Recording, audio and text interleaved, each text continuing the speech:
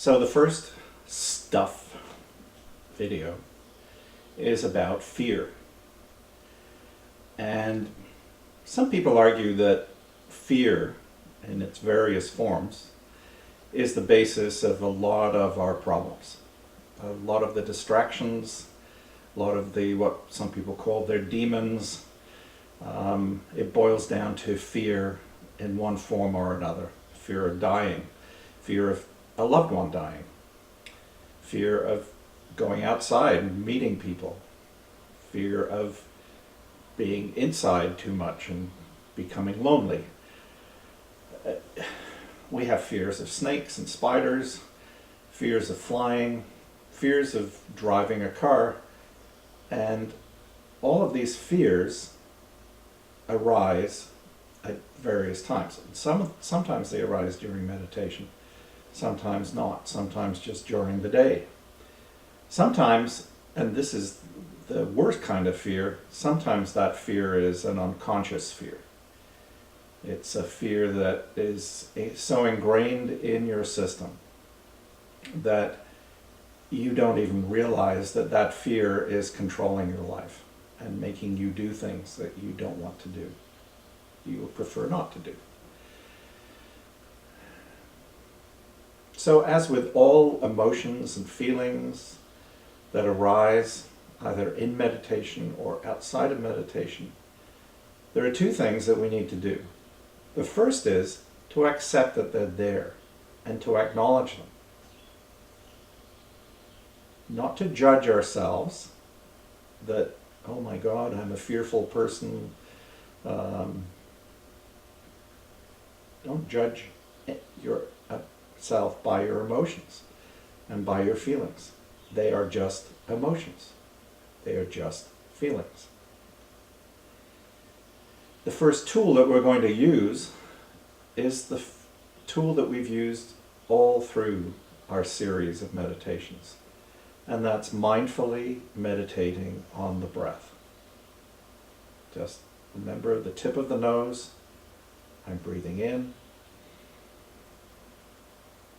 I'm breathing out.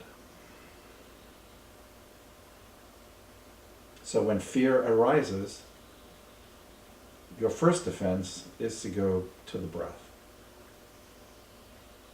And the second is to relax the body, to encourage that state of relaxation. But one of the things that we're not going to do is we're not going to deny that we have fear. We all have fear. I had a mortal fear of public speaking that I had to overcome. And I did that with the help of a psychologist. You may need to have a psychologist, or it might just be a minor fear. And we all have fears. We have to acknowledge them, and we have to move forward. And we have to not judge ourselves. And if we do that, and we start to examine the fear, we might find the trigger for that fear. And we might find that that leads us to insights about ourselves that are helpful. So what we will do is we'll start to carry that journal, your meditation journal, carry it with you throughout the day and start to jot down any time that you felt fear. Was it you were at work? Was it your boss that made you fearful? What did that remind you of? Did it remind you of something that had happened earlier in your life? Or is it just that the boss is a miserable person? So we need to start to, first of all, follow that same process that we followed earlier of writing down why we feel fearful and all the times and the places and when it happens and where it happens and who it happens with. And so as we begin to write down all of that stuff about fear, we begin to see patterns and we begin to understand what is behind that fear. And as we do that, by focusing on the breathing, anytime we are fearful, go back to the breathing, go back to the mindful breath, and we find that the intensity of the fear starts to diminish. And that's a good thing. We want to do that.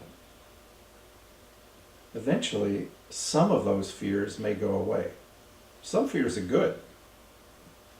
You should have a good fear of crossing a busy street. Fear, the emotion of fear is there for a reason.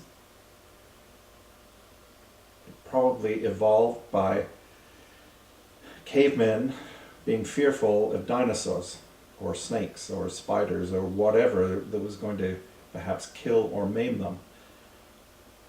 And that somehow genetically got encoded into our system. And sometimes that's a good thing. And other times it gets out of control.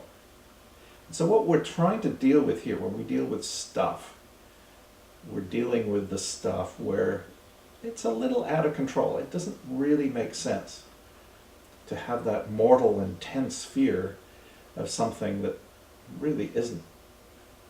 Doesn't make sense to be that fearful of. So again, don't judge ourselves. Acknowledge the fear. Document the fear. Look for the patterns. Meditate on the fear. Gain insights to that fear.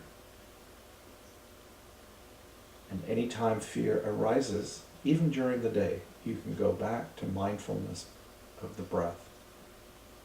You can do that on the bus, you can do that at work. And take your time. Don't react immediately to that fear. See what the fear does to you. Sometimes the fear makes us run away.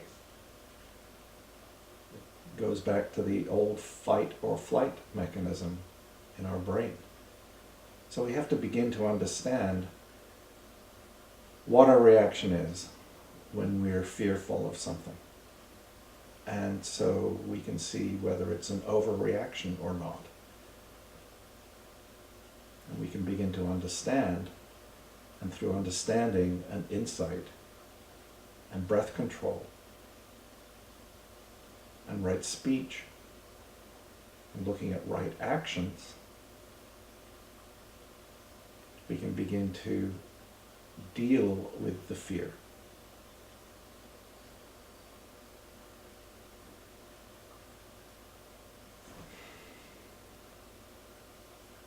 Here's hoping that your fears diminish.